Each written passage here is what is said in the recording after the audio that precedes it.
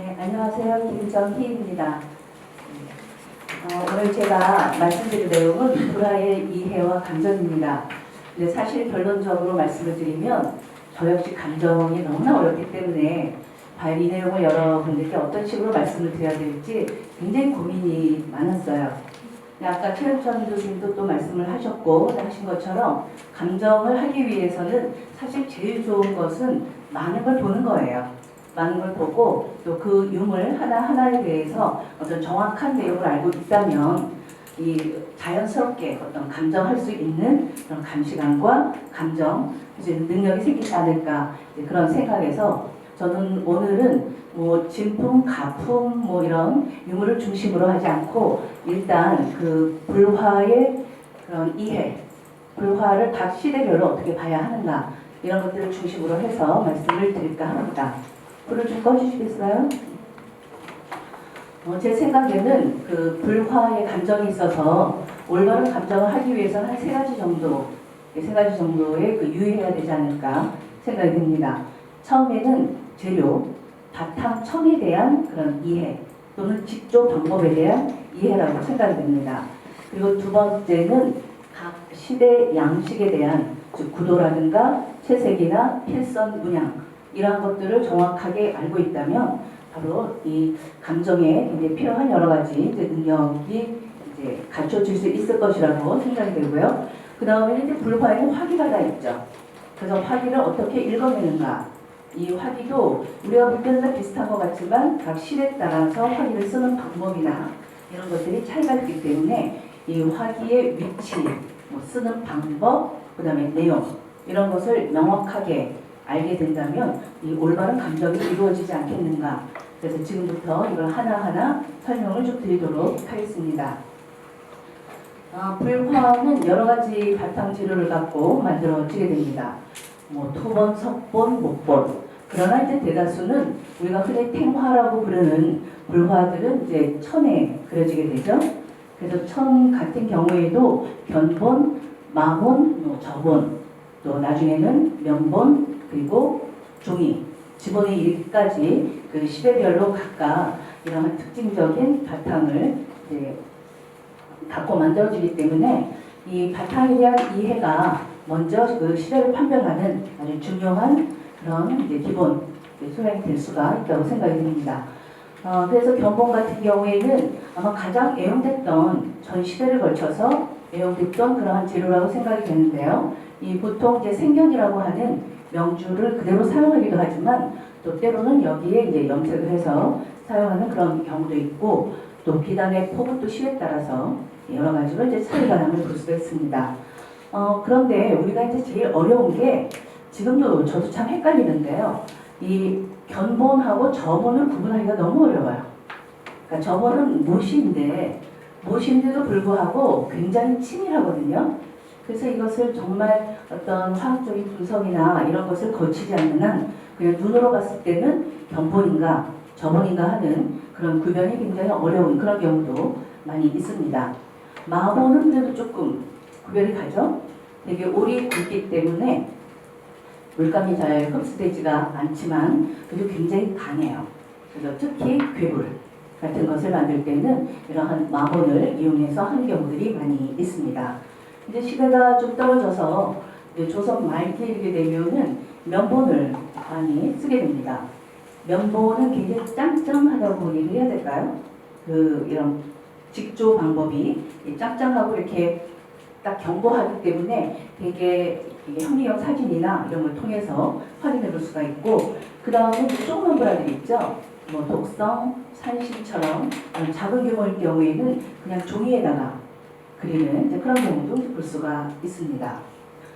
그래서 이렇게 재질을 정확하게 파악하는 것이 바로 작품의 시기 또는 용도 그리고 기법을 살펴보는데 가장 그 기본적인 그러한 기준점이 되지 않은가 생각이 듭니다. 자, 그럼 고려시대 때는 어떤 재질을 썼는가 하는 것입니다. 고려 불화는 지금 한 160에서 70점?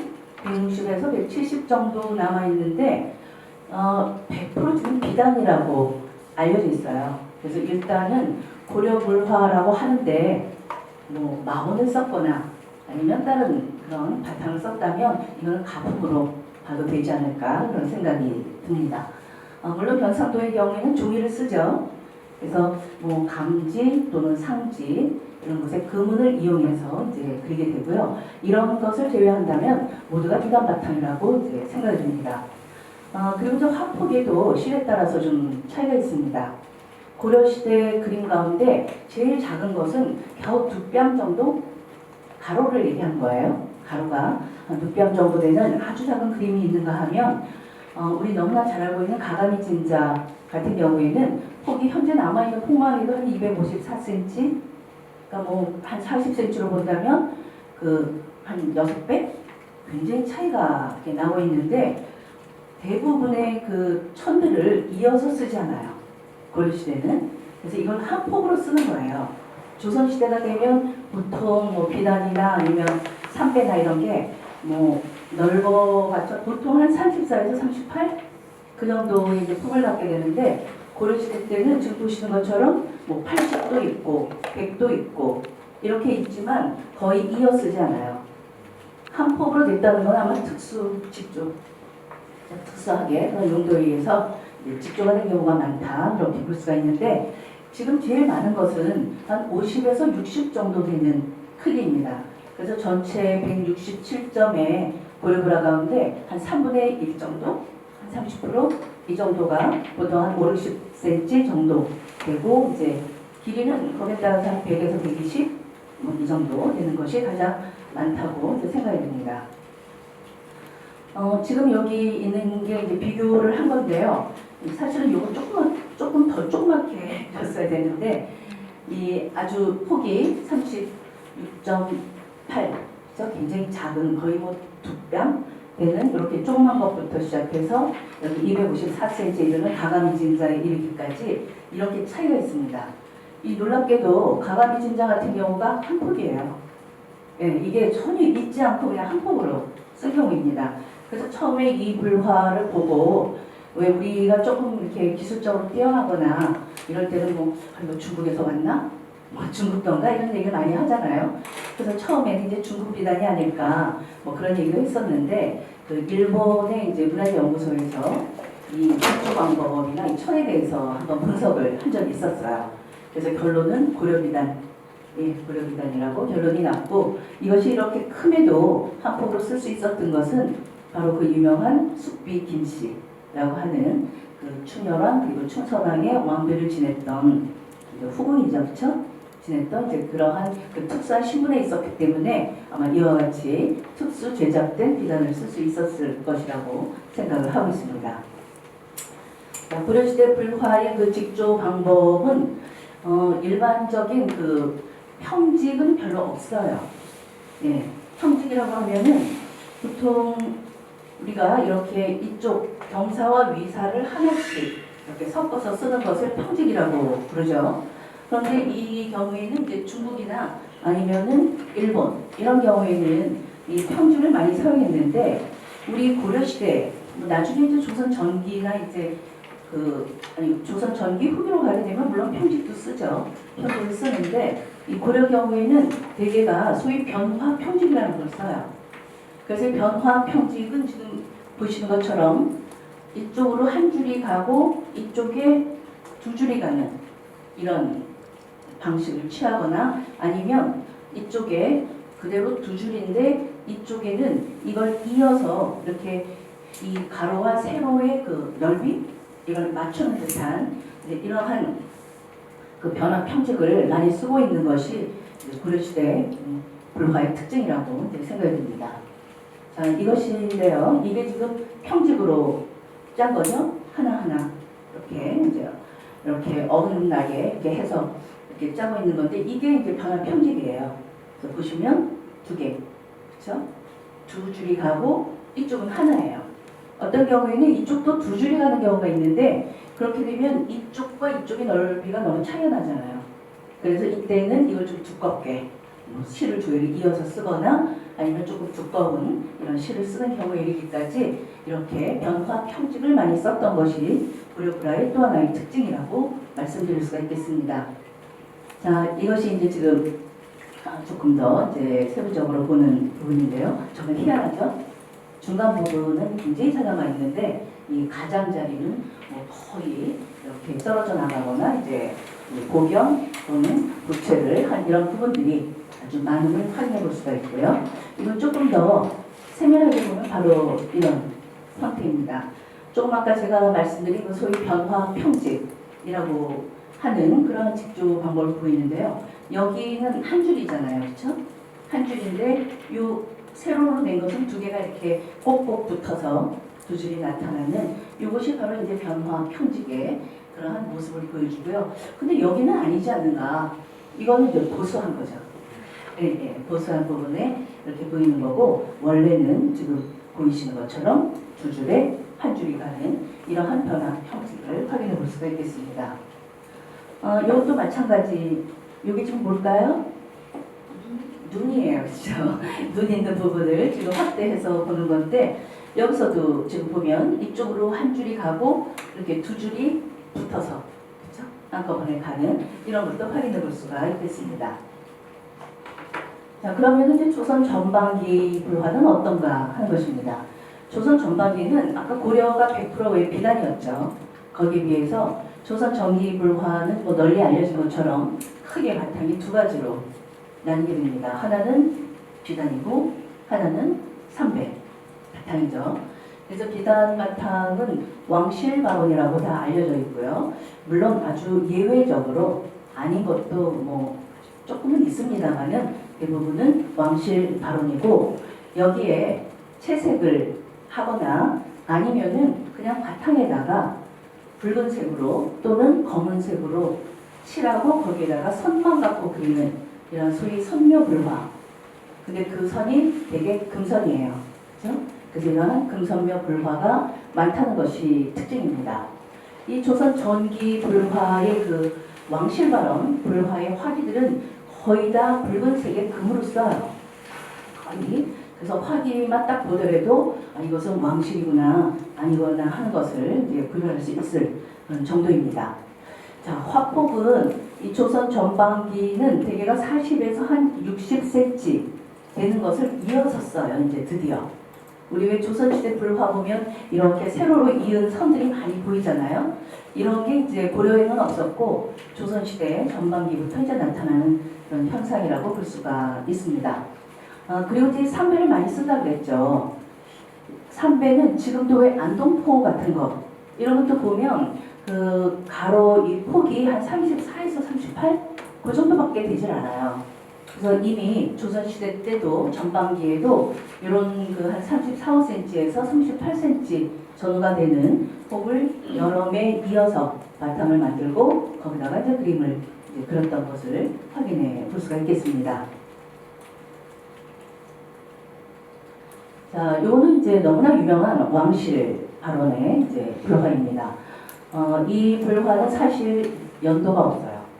앞에 왜 그러냐면은 여러 개 작품을 만들었는데 그 중에 하나인 거예요. 그러니까 아마 제일 먼저 만들었던 앞부분에 어딘가는 화기가 남아 있을 것이라고 추정을 하고 있는데 여기에는 화기가 남아 있지 않지만 전체적인 양식으로 본다면 뭐 16세기 불화이고 제일 앞에 대비전하가 발언했다 하는 얘기에 있어서 왕실 발언의 불화임을 이제 충분하게 볼 수가 있습니다. 그래서 이 불화 같은 경우 바로 뭐 왕실의 것이 이제 그 견본 비단 바탕에다가 이렇게 다양한 채색과 또 금리 문양을 써서 그린 것을 볼 수가 있는데 이것과 함께 이게 1560년에 만들어진 영산 회상도인데 이거는 완전히 100% 금리죠. 예, 약간 자줏빛에 가까운 붉은색보다 조금 짙어요. 바탕이. 거기에다가 100% 금을 써서 그린 그림인데 이것은 불과 몇 년 전에 처음으로 이제 세상에 이제 밝혀졌어요. 그래서 현재 우리가 알고 있는 문정왕후 발언의 게 이제까지는 가장 앞선 게 1562년에 약사열의 도였는데 이게 발견되고 나서 1560년경부터 이러한 금리 선묘불화가 있었다는 것을 알려주는 대표적인 그런 작품입니다. 그래서 자, 지금 보시면 여기 아래에 말씀드린 것처럼 이런 붉은 바탕을 그대로 이용해서 이렇게 금리로 이제 화기를 쓰는 아주 전형적인 왕실 바로크라의 모습을 볼 수가 있겠습니다. 그 다음에 이 조선시대 전반기가 되면 이제 폭을 이어서 쓰는 이런 그림들이 나온다 이렇게 말씀을 드렸는데, 물론 지금 불화 같은 경우에는 네 폭을 이어서 위에 보이죠? 이렇게 네 폭을 이어서 지금 만들었는데, 그리고 하나 더 재밌는 게 위에는 홍지 붉은 바탕에 그 섬묘불화예요, 그렇죠? 그리고 아래는 그대로 채색불화.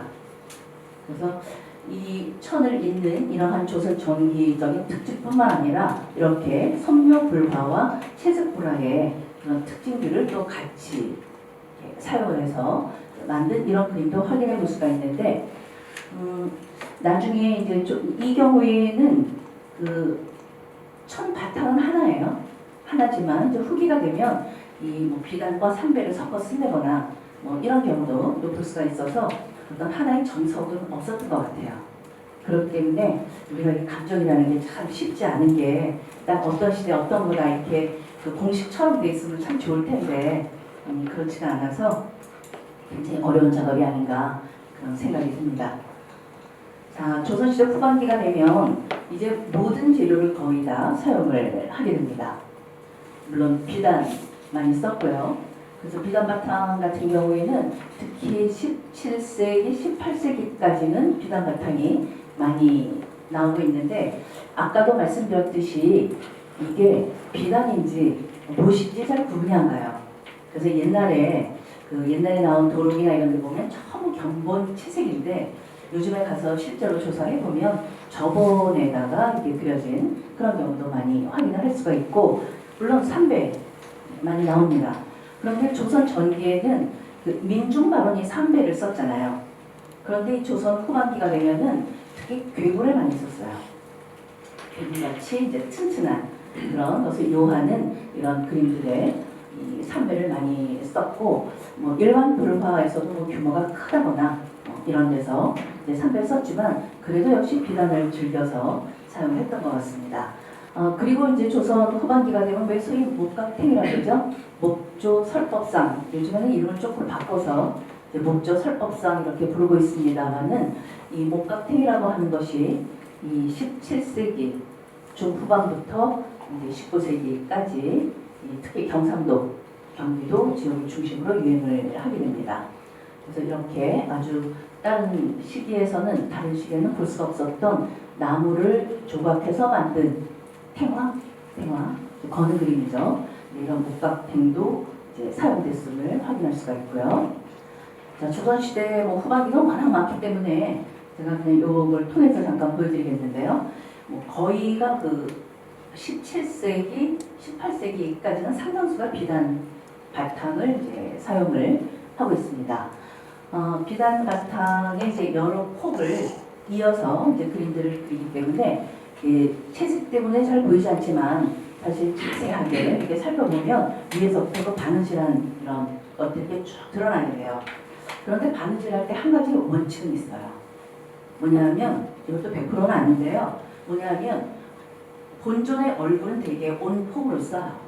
그러니까 중앙에 먼저 폭을 하나 넣고 그 다음에 이렇게 붙여가는 거예요.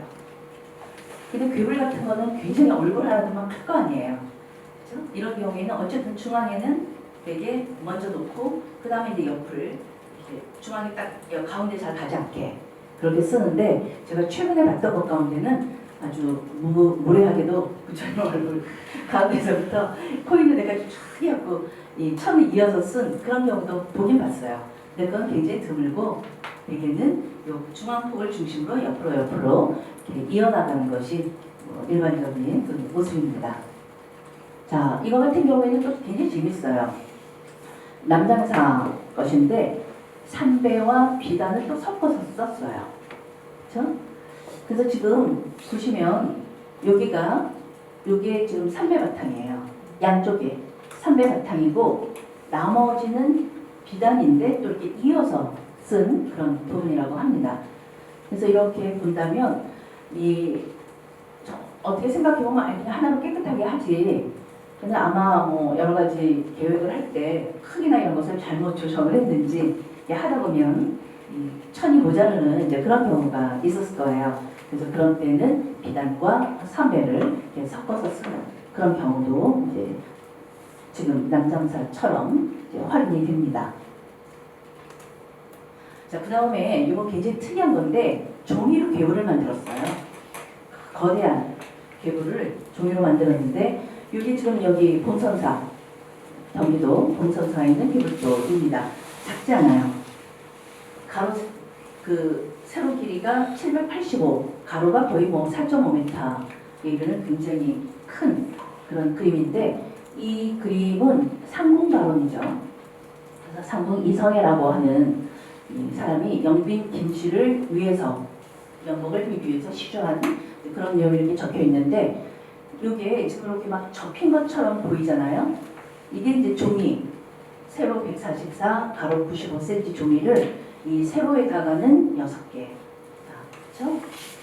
6개 보이죠? 그리고 가로폭에 또 이렇게 세로 가로 또 해서 이렇게 좁게 해서 여기에도 6개, 가로에는 5개, 세로에는 6개 해서 종이로 30개를 이어서 만든 그런 경우예요. 그래서 굉장히 드물다고 볼 수가 있지만 왜 아까 잠깐 설명드린 것처럼 그 지금 그게 어디죠? 저기 마곡사인가요? 거기도 이렇게 종이에다가 붙여서 그려서 이제 붙인 그런 벽화를 볼 수 있듯이 이렇게 종이 바탕이 생각보다도 또 이렇게 큰 그림을 그릴 때도 이용이 됐던 것 같습니다. 자, 그래서 이제 재질에 대해서 각 시대에 걸쳐서 이제 살펴보았고요. 자, 그 다음에 우리가 사실 재질은 가까이 가서 하나하나 뭐 찍어보고 만져보고 해보지 않는 한 그냥 눈으로 보기 굉장히 어려워요. 그렇죠? 어려운데 그거에 앞서서 우리가 이게 작품을 봤을 때 그래도 한눈에 이것은 어느 시대 것이고 하는 것을 볼 수 있는 것은 결국 양식적인 측면입니다. 그래서 이미 여러분들이 뭐 다 알고 있는 그런 내용이긴 합니다만은 그 양식을 또 간단히 좀 살펴보도록 하겠습니다. 지금 세 점의 작품이 있는데요. 고려, 조선 전기, 조선 후기의 작품을 각각 갖고 왔습니다. 그래서 흔히 우리가 고려시대는 뭐 2단 구도 이렇게 이야기를 하죠. 그래서 일단은 위에는 그 주존만 그리는 거예요.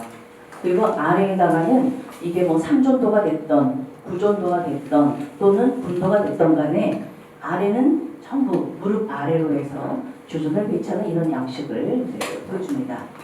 예전에는 이러한 그 2단 구도가 발달하게 된 것을 또 예전에 이제 글을 쓰신 분들께서는 고려 시대의 어떤 귀족 불교, 조선의 귀족 불교와 평민 불교 간의 차이 또는 고려 시대의 그런 어떤 귀족과 평민으로 이렇게 나누어지는 이런 어떤 2단 구도적인 그런 이문법적인 사회 구조에서 오지 않았는가 이렇게 했는데 사실 저는 뭐 그렇다고 생각은 하지 않고 그보다는 이미 우리 고려불화가 영향을 받은 그 송대 원대불화가 저렇게 뚜렷하게 2단 구도를 취업했어요.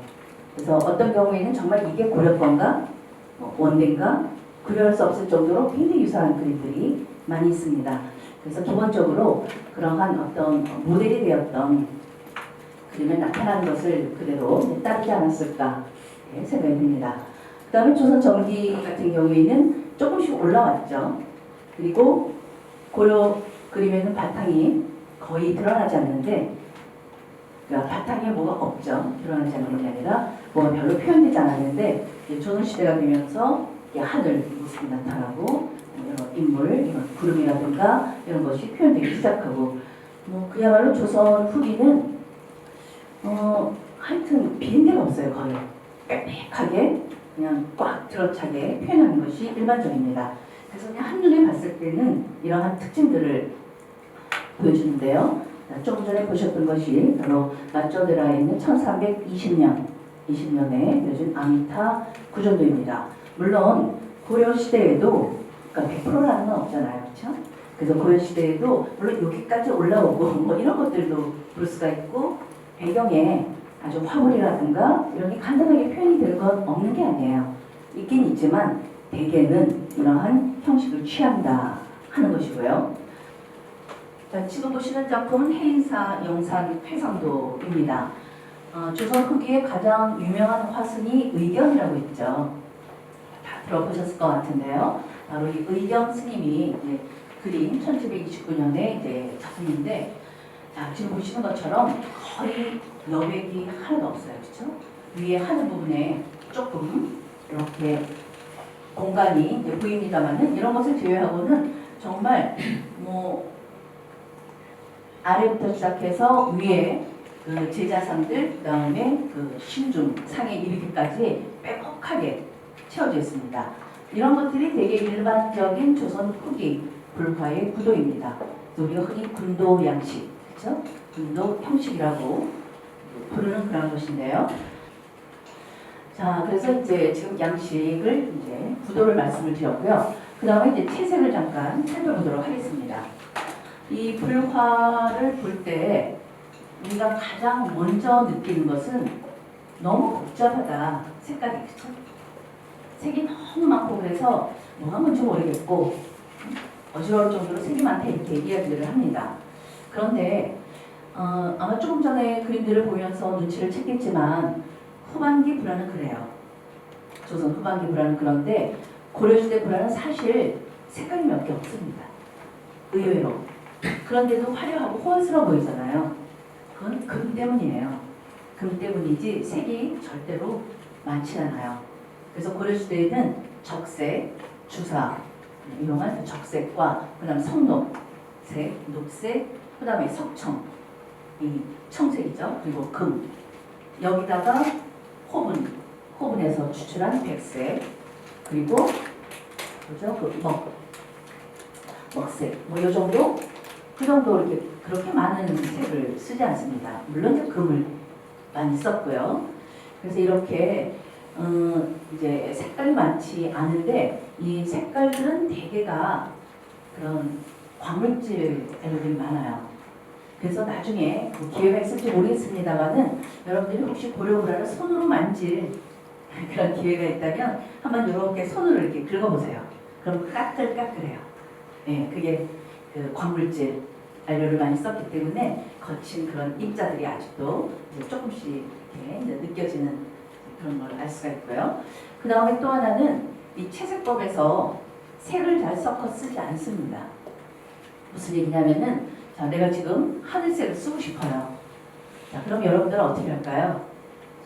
제일 쉬운 건 하늘색 물감을 쭉 짜면 돼요. 그래, 하늘색이 없어요. 그러면 청색에다가 흰색을 섞어 쓰게 돼요. 그럼 하늘색이 만들어지잖아요. 그런데 이 하늘색은 그렇게 쓰면 좀 단점이 있어요. 뭘까요? 탁해요. 탁해요. 흰색이 들어가면. 분홍색도 마찬가지죠. 붉은 데가 탁해요. 근데 고려불화에 보면 분명히 하늘색 비슷한 색도 있고 분홍색 같은 색도 있어요. 근데 그렇게 탁하지 않아요. 그 이유는 섞어서 쓰지 않고 한번 칠하고 아래다가 흰색을 칠하고 위에다가 색을 칠하는 거예요. 붉은색도 칠하고 청색도 칠해요. 그렇게 되면 이렇게 멀리서 봤을 때도 우리가 색을 섞어 썼을 때처럼 탁한 느낌이 안 들어요. 이게 고려불화의 또 하나의 특징 가운데 하나입니다. 금은 어떻게 썼는가?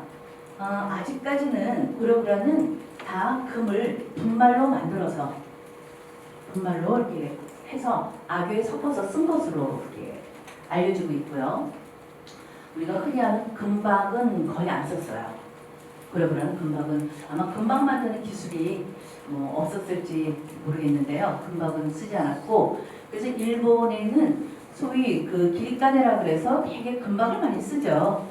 그래서 금 쓴 부분을 이렇게 해서 보면 네모난 이런 금박의 흔적들이 보인단 말이죠. 그런데 고려불화 경우에는 이 칠하는 분말로 만들어서 되어서 칠했기 때문에 그런 흔적이 나타나지가 않습니다.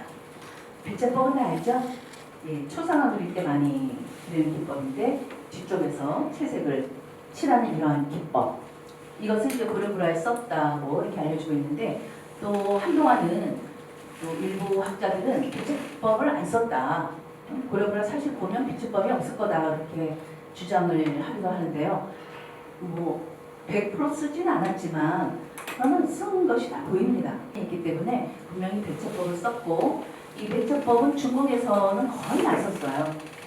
그래서 고려불화와 그 중국불화를 이제 구별하는 그런 하나의 또 방법이 이 백제법의 여부라고도 말할 수가 있습니다. 자, 이게 이제 고려시대 때 많이 썼던 채색들이죠.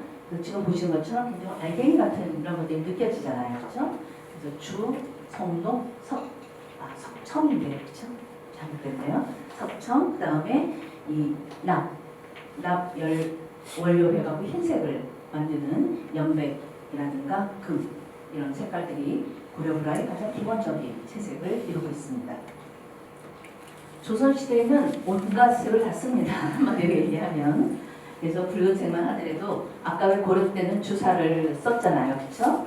주사를 썼는데 지금 여기서 보시면은 이 붉은색이 뭐 주사, 석간주, 장단, 뭐 다자, 연시, 주홍 굉장히 다양하게 약간씩 색의 차이가 나는 이런 색들을 썼고 뭐 녹색, 황색, 백색 여러 가지 안료들을 다양하게 썼는데 이때가 되면 광물성 안료뿐만 아니라 이 식물성 안료들도 함께 사용을 했습니다. 그 다음에 그뿐만 아니라 문양이라든가 아니면 인물 표현 같은 것도 그 시대적인 특징을 읽어볼 수가 있는데 뭐 간단하게 잘 보시면은 고려 시대 같은 경우에는 지금 뭐 아미타 여기도 그다음에 지장보살, 관음보살을 지금 가져왔는데 되게 이런 스타일이에요. 그러니까 얼굴이 좀 넓적하면서 그렇죠? 그리고 눈이 좀 위쪽으로 이렇게 눈꼬리가 올라간다는 그런 특징이라든가 또는 입이 작게 표현되는 뭐 이러한 모습들을 볼 수가 있고요. 그 다음에 조선 전기 같은 경우에는 아까 왜 민중 발언과 왕실 발언이 있었죠. 그래서 왕실 발언의 경우에는 거의 똑같아요. 되게 비슷하지 않아요? 얼굴이 동그랑땡 같이 이렇게 동그랗게 이렇게 생겼는데 그래서 이렇게 둥근 얼굴에 이목구비가 굉장히 작죠. 가늘고 작고 입이 정말 작아요. 앵도같이 작은데 이것은 바로 조선 전반기 불화가 그 중국의 명대 불화의 영향을 받았는데 그 명대 불화가 딱 이렇게 아주 이목구비 특히 입이 굉장히 조그맣게 표현되는 그런 경향이 있어서 아마 그런 영향이 아닌가 생각이 되고요. 거기에 비해서 아래가 민중발언입니다. 딱 보면 되게 얼굴 봐도 알겠죠? 그렇죠? 그래서 조선 왕실의 그 전기 왕실의 그 불화들은 아마 일정한 하나의 스튜디오가 있었던 것 같아요. 그래서 불화 잘 그리면 도와서 화원들을 불러다가 굉장히 유사한 그림들을 이제 같이 그리지 않았을까 그런 생각이 듭니다. 조선 후기에는 뭐 17세기 이 그림이 이제 17세기 갑사 기불도의 얼굴이고 그 다음에 여기 이제 1700년에 내소사 뭐 이거 흥국사 그 다음에 아까 보셨던 해인사 이렇게 해서 17세기 8세기 되는데 지금 머리에 그 계주가 표현된 방식이라든가 뭐 얼굴 이런 것들이 뭐 시대에 따라서 이제 조금씩 이제 차이가 볼 수 있고 그다음에 이제 19세기 그다음에 20세기 가게 되면 음영이 이렇게 강한 그런 그림이 나온다거나 이렇게 해서 아주 간단하게 보여드리면 되게 이제 인물 표현에서도 이런 차이점을 볼 수가 있습니다. 자 마지막 이제 화기에 대한 이해를 이제 설명을 드리도록 하겠습니다. 이 시기에 따라서 화기를 적는 방식도 다 다릅니다.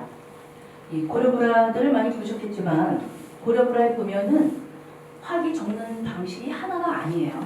하나가 아니고 어떤 경우에는 화면의 하단 이쪽이 될 수도 있고 이쪽이 될 수도 있고 또는 두 군데 될 수도 있고 여기 묵서나 금리서로 이렇게 그냥 적당히 남는 공간에다가 글을 쓰는 이런 경우가 있고 또 경우에 따라서는 뭐 관경변상도 이렇게 큰 작품들 있죠. 그런 것들은 되게 아래다가 붉은색 화기란을 만들어서 화기를 적는 이렇게 두 가지 방법이 있습니다. 그래서 화기의 순서는 우리가 왜 조선시대 지금 사찰에서 많이 보는 것들은 그림을 보면 먼저 뭐 걸룡맨녀 어디서 무슨 그림을 조선에서 어디다가 안치하고 그 다음에 시주는 누구고 뭐 누가 그렸고 하는 이런 게 순서거든요. 그런데 고려시대 그림을 보면 이 먼저 제작 목적이 나와요. 왜 그렸는가. 그리고 이제 그 다음에 이 그림을 발원하고 시주한 사람들 이름이 나오고 마지막에 연호가 나오는 게 일반적이에요. 조선시대 그림은 되게 연호가 제일 먼저 나오죠. 그래서 그거 보면 되게 연대를 금방 알 수가 있는데 이런 특징도 이제 볼 수가 있습니다. 자, 이 작품은 지금 네즈 미술관에 수장이 되어 있는 1306년 안타열애도입니다. 이 경우는 여기 빈 공간에다가 그냥 적당하게 화기를 적었습니다. 워낙에 유명한 그런 화기인데요. 그래서 지금 향 우측 화기, 향 좌측 해서 써놨는데 여기에 먼저 목적을 하는 거예요. 제작 목적. 그래서 두 전하가 빨리 본국으로 돌아왔으면 좋겠다 해서 이타, 일탱을 조성한다 하는 목적을 먼저 밝히고 그 다음에 이쪽에 가서 시주, 그렇죠? 시주 번복수. 그래서 여러 사람들이 역시 극락가기를 바란다고 또 간단히 쓰고 그 다음에 마지막에 대덕 신년이라는 연대를 이렇게 쓰고 있습니다. 그래서 목적과 그리고 시주자, 연호 이런 식의 구성을 볼 수가 있고요. 요거는 이제 관경 16관 변성도 전에 린초지에 수장이 됐던 작품인데요. 이 경우에는 아래 이렇게 화기란이 따로 있어요. 그래서 큰 그림 같은 경우 화기란 만들고 여기다가 자세한 이런 내용들을 쓰는 경우도 볼 수가 있습니다. 조선시대 전반기가 되면 역시 왕실 불화와 그 다음에 민족바로 불화의 그 목석 쓰는 방법, 화기 쓰는 방법이 약간 차이가 있습니다. 왕실 발언은 공백 부분에 금리로 쓰거나 아까 고려처럼요. 금리로 쓰거나 또는 화면 하단 붉은 화기란을 만들고 왜 금리로 쓴 거 아까 보셨죠? 그 금리로 쓰는 이런 경우가 있고요. 여기에서 이제 연호가 이렇게 먼저 이제 쓰는 이런 방식이 조선시대 전기부터 나오기 시작합니다. 연호 쓰고 발언자, 목적, 대상, 공안, 장소, 기원문에 이르기까지 이런 식으로 해서 고려와는 약간 순서와 다르게 이렇게 화기를 쓰는 방식이 이제 있었던 것 같고요. 민중 발언의 불화들은 그 중앙에 붉은색 또는 주홍색, 붉은색이나 주홍빛이 나는 이런 화기란을 만들고 여기는 먹으로 쓴 거예요. 그래서 화기가 금으로 썼는가 먹으로 썼는가 이런 것도 신분의 차이를 보여주고 있습니다. 그 밖에 여기에도 이렇게 시주자, 물론 연대도 나오고요. 시주자, 그 다음에 화원, 또 화주 이런 식으로 쓰는 것이 일반적인데요. 지금 보시면 요거는 이제 조선 전반기의 대표적인 금선묘 불화로 알려진 관음록입니다. 이 경우에는 여기 적당한 데다가 쓴 경우예요. 그렇죠? 아래에 이렇게 법화경의 관세음보살 품을 여기다가 그리고 여기다가 동덕주 하만 군부인 윤씨라고 해서 간단하게 적당한 데다가 썼습니다. 그래서 이 하만 군부인 윤씨는 이미 연구가 다 이루어져서 바로 옥산군 이제라는 종친이죠. 이 종친의 그 부인으로 알려져 있습니다. 그래서 이렇게 왕실 발언의 그런 금리, 금선묘 불화이고요. 그리고 아까 보여드렸던 보스턴, 보스턴에 있는 약사 열의 12신년도인데 이 경우에는 그 일반적인 왕실 발언 불화의 화기의 그런 모습을 보여주듯이 지금 이렇게 붉은 바탕에다가 금리로 썼습니다.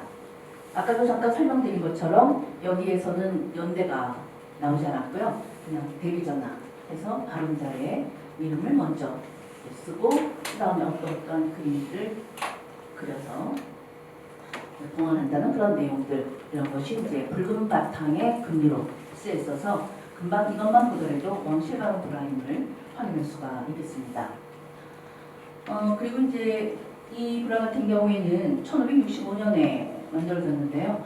아까 고려 전기불화부터 이렇게 이어서 쓴다고 그랬죠. 그래서 두 폭으로 이어 쓴 건데 왜 민중 발언의 경우에 이렇게 붉은색에다가 이렇게 묵서, 그래서 묵서로 쓴 그런 이제 예라고 볼 수가 있고요. 자, 조선시대 후반기가 되면 화기 쓰는 게 굉장히 복잡해지지만 하나의 틀을 갖게 돼요. 그래서 화기는 크게 보면 연화질과 시주질로 나눠지게 됩니다. 경우에 따라서 하나로 통일해서 아래다가 붉게칠하고 거기다가 되게 묵서로 쓰는 이런 경우도 있고, 여기서 보는 것처럼 뭐 한 3군데, 어떤 경우에는 뭐 2군데, 또는 19세기가 안 되면 여기다가 쓰는 경우도 있어요. 옆에다가 쓰기도 하고. 이렇게 하지만 기본적으로는 틀을 만들어요. 화기란. 그래서 화기란이고 전체적인 내용은 시주질과 연화질 2개로 나누어지게 됩니다. 자, 이렇게 해서 지금까지 이제 말씀드린 것이 바로 이제 불화를 우리가 제대로 알아야만 이 불화가 정말 진품인가 아니면 가품인가를 이제 감정할 수 있기 때문에 그러한 내용들을 말씀을 드렸고, 바로 이러한 것을 기본으로 해서 그러면 불화의 감정 단계는 우리가 불화를 만약 감정하게 될 경우에 어떤 식으로 보아야 할 것인가 하는 것을 아주 간단하게 말씀드리고 정리를 할까 합니다. 자, 지금 설명드린 것처럼 먼저 이 불화가 그 시대에 맞는가 하는 것을 먼저 봐야 돼요. 여기 2개의 작품이 있는데요. 이게 고려시대 때 아까 1306년의 그림입니다. 그런데 지금 미국에서 이렇게 가끔 사진이 이렇게 올라오는 이런 그림이 똑같은 것들이 있어요. 똑같은 것들이. 이 우리나라 고려불화는 일본에서 이미 가마쿠라 시대 그리고 그 이후에 굉장히 많이 모사가 되었습니다. 그래서 형태는 똑같아요. 그러나 이 양식, 아까 말씀드린 재질이라든가 여러 가지 뭐 이런 것들을 또 알려, 색감 이런 것들을 하나하나 보아서 과연 이것이 그 시대에 부합이 되는가 하는 것을 먼저 이제 확인을 해야 될 것입니다. 자, 여기 사실 이 그림을 내는 게 제가 굉장히 조심스러웠는데요. 이게 얼마 전에, 1년 전에 조사한 칠성도입니다. 이 불화가 조선 후반기 불화라고 해서 지정이 이제 들어왔는데, 이 불화를 보니까 여기에 좀 화기가 이렇게 있었어요. 그리고 이제 칠성도 그 형태를 갖고 있었는데, 화기에는 뭐라고 적혀 있냐면은 벌령 49년입니다. 그렇다고 한다면 1784년 18세기 불화가 되겠는데요. 이 황해도의 고항사라고 하는 곳에서 이제 그렸다는 그런 내용이 이쪽에 적혀 있고, 다른 쪽에는 이제 시주자의 이름이 있었습니다. 자, 그런데 이 화기에 이 그림의 출처 비구가 나와 있어요. 출처 비구를 지연이라고 써 있고요. 그 다음에 화사 비구를 유봉이라고 했는데, 이 2사람은 18세기 후반에 통도사에서 활동했던 유명한 화승입니다. 그래서 지금 보시는 통도사 괴물을 비롯해서 여러 작품들이 많이 남아있는데, 이 옆에 있는 그림하고는 전혀 물론 맞지는 않습니다. 그런데 얼마 있다가 또 이런 그림이 하나 나왔습니다. 이 그림은 아미타 불화인데, 눈썰미가 좋은 사람은 금방 눈치를 채겠지만 굉장히 비슷합니다. 비슷하고 특히 여기 이렇게 화기를 적은 이러한 구성이라든가 내용까지도 굉장히 닮아 있는데, 여기 또 한술 더 떠서 강의 59년이라고 되어 있어요. 1720년인데 딱 봐도 뭐 고불화가 아닌 것은 분명하죠, 그렇죠? 그런데 2개를 비교해 보니까 하나는 1720년이라고 됐고 84년이라고 되었죠. 이 두 불화가 거의 똑같죠? 거의 똑같습니다. 얼굴, 모습, 그 다음에 위에 계주를 표현한 방법, 여기 그렇죠? 가슴에 처리된 거, 이런 문양, 심지어는 손에 손톱 바르고, 손톱이 흰색 바르고 상도를 표현한 이런 기법까지 거의 동일합니다. 동일하고, 또 하나는 지금 화기인데요. 지금 이것이 이 부분이 조금 전에 보셨던 2개 불화의 화기입니다. 그런데 이것과 또 굉장히 유사한 글씨를 갖는 이런 불화가 또 하나 나왔어요. 근데 글씨체가 거의 유사합니다. 제가 본다면. 그래서 이러한 것들은 굉장히 조심스럽기는 하지만 아마 어떤 데서 이렇게 유통을 시키면서 어떤 거는 뭐 강희년도, 어떤 거는 걸육년도 이런 식으로 해서 지금 시중에 이런 불화들이 많이 나와 있어요. 그래서 이런 것도 우리가 좀 눈을 이렇게 크게 뜨고 그 전체적인 형태라든가 화기의 그런 글씨체라든가 화기 형태 이런 것을 잘 기억을 한다면 나중에 이제 불화 진위를 판별하는 데도 큰 도움이 되리라고 생각이 됩니다. 사실 이거는 우리 학교 박물관에 있는 거예요. 그래서 우리 학교 박물관에 있고 도록마다 이게 1495년이라고 해서 다 나가는 그런 그림입니다. 조심스럽지만 저는 이거는 그 화기를 나중에 이제 다시 쓴 거라고 생각이 되는데, 왜냐하면 이건 전혀 15세기 그림의 양식이 아닙니다.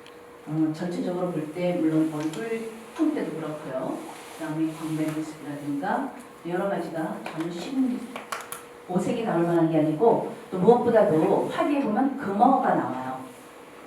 금어는 화승이잖아요. 그런데 우리나라에서는 이 금어라는 걸 조선 전반기에는 쓴 예가 없습니다. 예가 없고 조선시대 후반기 가서야 화승을 금어라고 부르는 글이 나오기 때문에 아마 이거는 누군가 나중에 좀 정원음으로 부르게 하니까 그렇게 생각을 하고 있습니다. 자, 그래서 이렇게 이제 이러한 것과 함께 그 다음에 여러 가지 불화의 어떤 지역적인 특색 이런 것들, 또 소위 경전 이런 것들도 불화를 판별하는데 이제 큰 그런 기준이 이제 될 것입니다. 똑같은 경남 북풍도지만 이렇게 생긴 것은 주로 경상도에서 많이 그렸고, 또 같은 주제이지만 이러한 것은 경기도에서 나오는 그런 그림입니다. 그래서 분명하게 이렇게 또 지역적인 이제 특색 같은 것도 우리가 파악을 해야 되고요. 그 다음에 화기가 굉장히 중요하다고 그랬는데, 이것도 우리 그 학교 박물관에 있어서 있는 그런 보물이 지정이 된 감로도인데, 지금 이 그림 같은 경우에 요새 도록에 보면 대곡사 감로도 이렇게 나옵니다. 근데 이 경우 화기에 권룡연간에 만들어졌다는 1764년에 화기가 있는데, 여기 아까 최은석 선생님도 얘기했지만 이런 부분은 살짝 지웠어요. 그렇죠? 근데 이 사람은 그래도 좀 양심이 있었던 것 같아요. 대자하고 곡자는 비슷하게 보이잖아요. 그리고 이제 아래쪽을 이제 조금 지우고 뭐 이렇게 했는데, 그래서 이 화기에 적힌 화승 뭐 이런 구성을 이렇게 비교해 보니까 대곡사에 있는 다른 불화들과 거의 일치하고 있어서 지금은 이제 그 불화 그쪽 지역에 이제 불화라고 이렇게 알려지고 있습니다. 그래서 이걸 지정할 때 좀 그쪽에서 소유권을 주장하고 하는 그런 좀 어려운 일이 이제 있었습니다만, 그래서 이렇게 불화라는 것은 이 화기가 그야말로 가장 중요한 생명이에요. 그래서 화기를 어떻게 읽어내는가 하는 것도 굉장히 중요합니다. 그렇게 해서 지금까지 말씀을 드린 것처럼 이러한 내용들을 종합해서 그 불화의 시대적인 특징, 양식, 도난 여부, 지역에 따른 도성의 특징, 이런 모든 것들을 종합해서 그 종합적인 결론을 이끌어낸 다음에 이 작품이 정말 이게 진품인가 아니면 가품인가 또는 학술적인 가치가 있는가 아닌가 하는 이런 것들을 종합해서 판단해야 되지 않을까, 그런 생각이 듭니다. 오늘 짧은 시간이라서 자세하게 다 말씀을 드리지 못했지만 앞으로 여러분들이 혹시라도 불화를 감정할 그러한 일이 있을 때 오늘의 강의가 좀 도움이 되었으면 좋겠습니다. 강의는 여기서 마치도록 하겠습니다.